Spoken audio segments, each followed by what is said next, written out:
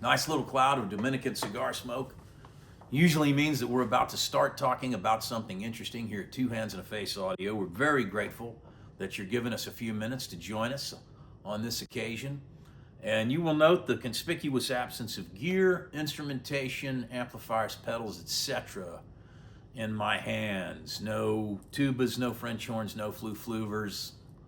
It's nothing but a cigar and a good glass of Kentucky whiskey to toast your presence with. Thank you, my friends. On this occasion, we're talking about gig setup. And I've played an awful lot of gigs over an awful lot of years. And the truth is, without being willing to admit how old I am, it's over 4 decades of gigs for me at this point. And I've enjoyed every minute of it. And I had to learn some lessons the hard way in terms of stage setup and staging for a gig. So we'll start by talking about consolidating your rig. Think compact. If you use like a 2 amp stereo setting in your home studio or to play or to rehearse with your friends and it sounds fantastic to you, that's because stereo rigs always do sound fantastic. But the real truth is, at a live gig in a bar or a restaurant or a music venue, the effect is going to be mostly lost on the audience, and it's even going to be mostly lost on you because stage volume is going to inhibit that stereo effect. So if you can consider consolidating down to one amplifier, it's going to make more sense in terms of breakdown and setup times at the beginning and ends of your gigs. And of course, what we're going to do is deliver a sound that we create to the sound man or sound tech, and then they're going to make it louder for the audience. So a single amp, if you can find one that's going to give you what you need and give you the sound you need. I used to use a stereo, 2 Marshalls, and I had a stereo output situation for both of them. I had effects rigs for them individually, and the truth is the sound was lost, mostly to me because of stage volume and definitely to the audience because it's going to go through a PA and be a monophonic signal. That's just how it's going to work. So if you can manage with 1 amp, use 1 amp. And speaking of stage setup with amplifiers, go ahead and create the sound that you want at the volume that you want right there on stage before the fact, because remember, it's not the sound man's job to enhance your sound or correct your sound. It's only the sound person's job to deliver the sound you've created to the crowd with more volume. That's all he's there to do.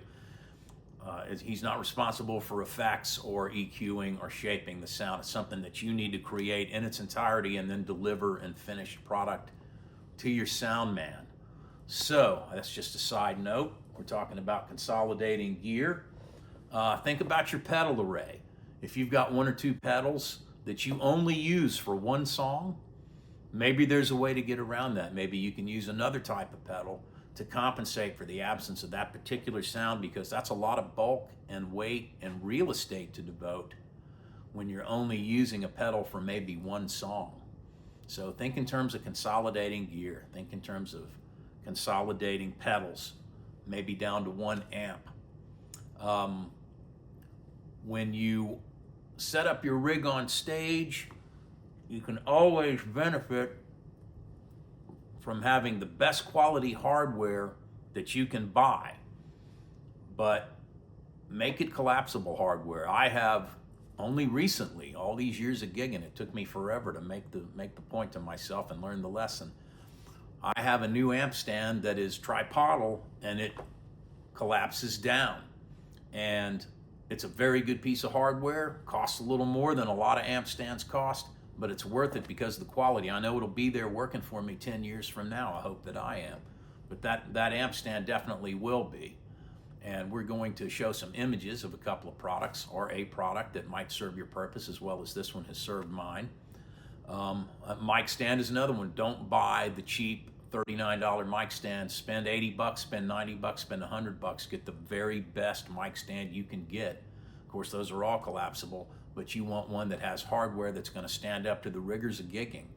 And the more involved in gigging you get, the more bookings you're going to get. And the more bookings you're going to get, the more wear and tear on your gear.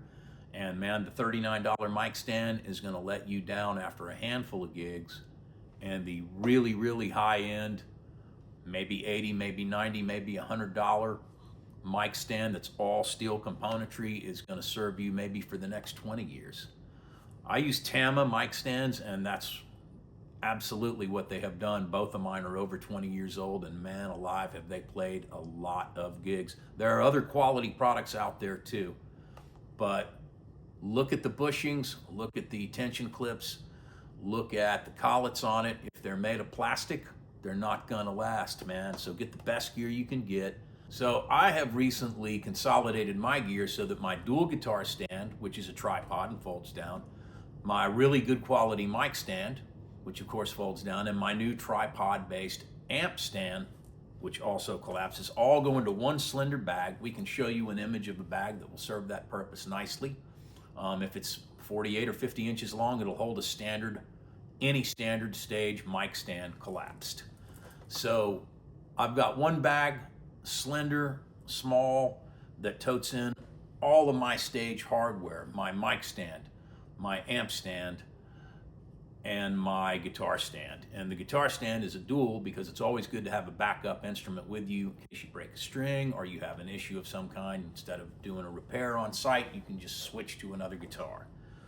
So think in terms of consolidating your gear for your stage rig as much as you possibly can. If it doesn't have to be there, cut it loose. Doesn't mean compromise the quality of the gear that you are using. It just means take what you need to deliver the sound that you love. A word about stage electricity.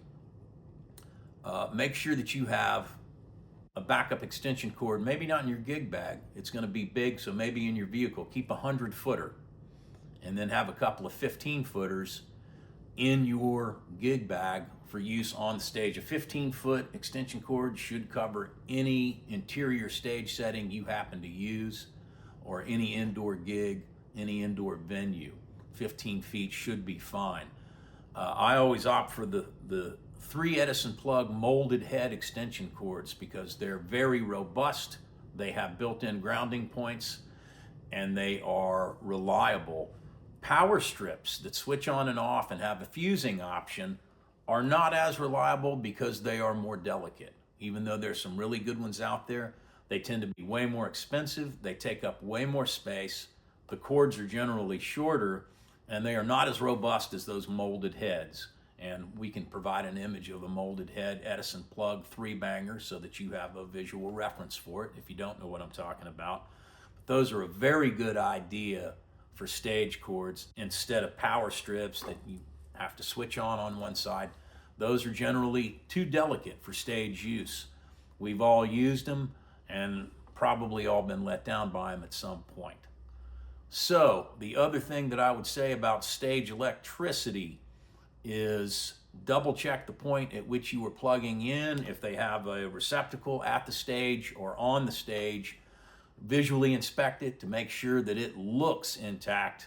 I have been shocked at gigs before, and I don't mean startled, I mean had the shit knocked out of me by actual electricity.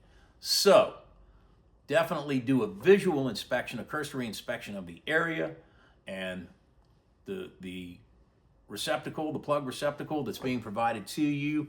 And one final note on handling your electricity and your AC for stage: opt for black cords. Black disappears into the background. If you have bright orange, the audience is going to see that as much as they're seeing your fingers move on the guitar. You'd rather have them looking at your fingers than at your hardware. Opt for black hardware, and don't forget to turn hot amplifiers off completely with the switch on the device before you unplug it from the Edison plug. If you unplug a hot amplifier while the power's still turned on, you can damage components. So don't do it. So hopefully a helpful note about staging and electricity. A word about microphones. A second cheers, by the way, to our beloved viewers. Thank you again. A word about microphones. Always, no matter what the circumstances, use your own microphones that you select for your own purposes and sound and bring from home. This can not only be a matter of electrical safety, because I've been hit hard in the face by a microphone, but it can be a matter of hygiene. If you go to a club and you get booked in a place that has a house sound system and a house sound man, which is not uncommon at all, they're probably going to have mics lined up on stage ready for you and your bandmates to use. Don't use them.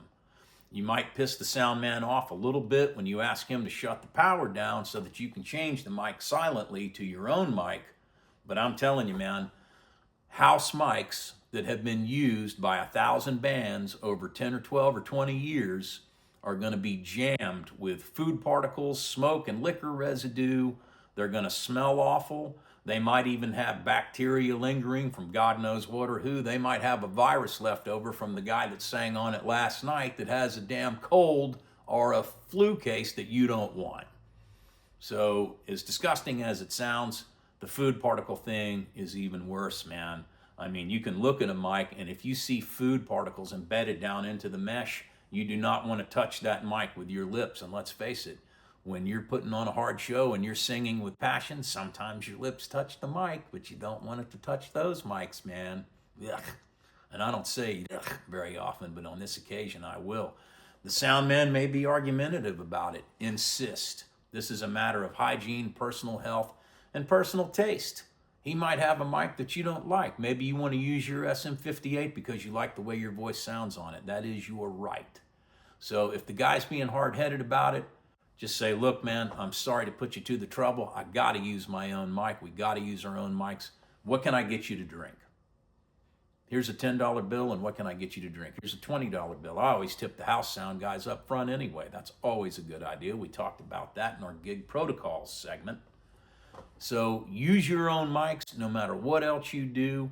And let's face it, who knows better what mic should go on your amplifier than you? You know better because it's your gear and you've got a sound that you want to attain that's yours. So insist on using your own mics and then smooth it over with the sound man. A little palm grease goes a long way, and a nice cold beer or maybe a shot of whiskey for this cat. Offer him one and use your own mics. There's another blast of smoke because frankly, I just enjoy doing that, and I hope that you get some entertainment value out of it too. But one more point I'd like to make in the subject of stage setup or gig setup is it's a very good idea to have a compact utility table, something that folds up, something that weighs nothing, something that's cheap and easy to buy because we're not worried about longevity or fidelity with this particular piece of equipment, but I'm talking about a utility table that you can put somewhere discreetly on stage that'll hold your cocktail, your bottle of water, your beer, your capo. If you're a pick user, your picks. Any utility item that you might find helpful in a gig or in a performance. And a utility table can be a very compact thing, maybe an 8 by 10 inch surface. I've got one that I bought, God love them, on Amazon for about 22 bucks. It weighs about 1.5 pounds. It collapses down to nothing. And it's so lightweight that it's inconsequential to me to just throw it over my shoulder and carry it in with 2 armloads of other stuff already in tow. And it gives me a nice, discreet, out-of-the-way place to put my drinks and my other accessories. So I recommend, we'll provide you with an image of one. And definitely something to think about taking with you to a gig. You want to look as professional as you can. I don't like bending to the floor to pick up my cocktails. I truly do not.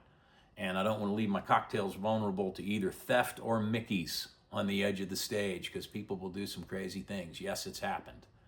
So think about a utility table, maybe an investment of 20 or 25 bucks, something you can put your drinks on.